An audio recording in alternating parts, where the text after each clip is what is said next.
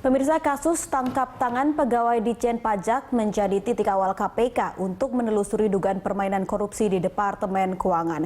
Dan untuk informasi terkini terkait hal ini, kita segera bergabung dengan reporter Berita 1 Kezia Netania serta juru kamera Irham Adi dan Muhammad Rinto yang saat ini berada di gedung KPK Jakarta.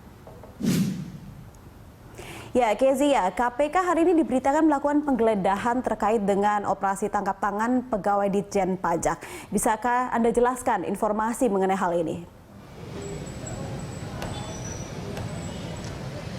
Ya, selamat sore Ira. Memang sejak kemarin malam hingga dini hari tadi penyidik KPK dalam hal ini telah melakukan sejumlah penggeledahan terhadap beberapa tempat yang terkait dengan OTT maupun yang terkait dengan tersangka yang telah ditetapkan dalam OTT tersebut.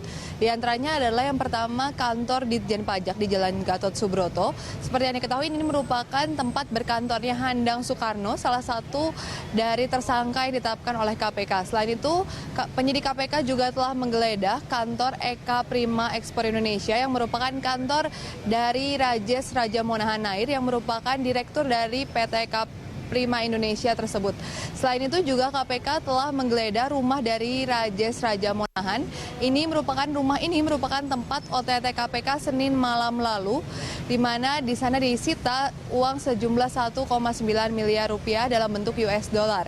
Dan selain itu KPK juga telah menggeledah rumah kos Handang Soekarno di belakang dari kantor Ditjen Pajak. Dan kami informasikan juga bahwa dari penggeledahan ini disita oleh KPK sejumlah barang bukti, salah satunya adalah surat tagihan pajak. Ini merupakan surat tagihan pajak yang diindikasikan akan ditiadakan oleh Rajes dengan menyuap atau menyogok pejabat Ditjen Keuangan Handang Soekarno. Dan ini sangat disayangkan karena dalam periode tax amnesty ini pajak senilai 78 miliar rupiah yang seharusnya dapat masuk ke dalam kas negara ini bisa saja dihilangkan hanya dengan menyogok pejabat Ditjen Pajak senilai 1,9 miliar rupiah. Memang 1,9 miliar rupiah ini hanya merupakan tahap pertama dari total diprediksi ada 6 miliar rupiah yang rencananya akan diberikan oleh Rajes kepada Handang untuk menghilangkan STP pajak tersebut. Ira. Ya, Kezia, kemudian bagaimana dengan langkah dari KPK dalam mengembangkan operasi tangkap tangan pegawai Ditjen Pajak ini yang menerima suap dari pengusaha Rajes?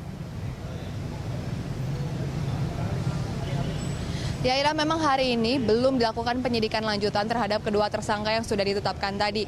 Karena dari penyidik sendiri masih harus melakukan analisis terhadap bukti dan juga dokumen yang telah disita dari penggeledahan tadi. Akan tetapi, Ketua KPK Agus Raharjo menyatakan bahwa operasi tangkap tangan ini merupakan titik awal dan dari KPK sendiri akan terus melakukan pengembangan terhadap kasus ini. Salah satunya adalah dengan memanggil atau mengagendakan untuk memanggil atasan-atasan dari Handang Soekarno di Ditjen Pajak.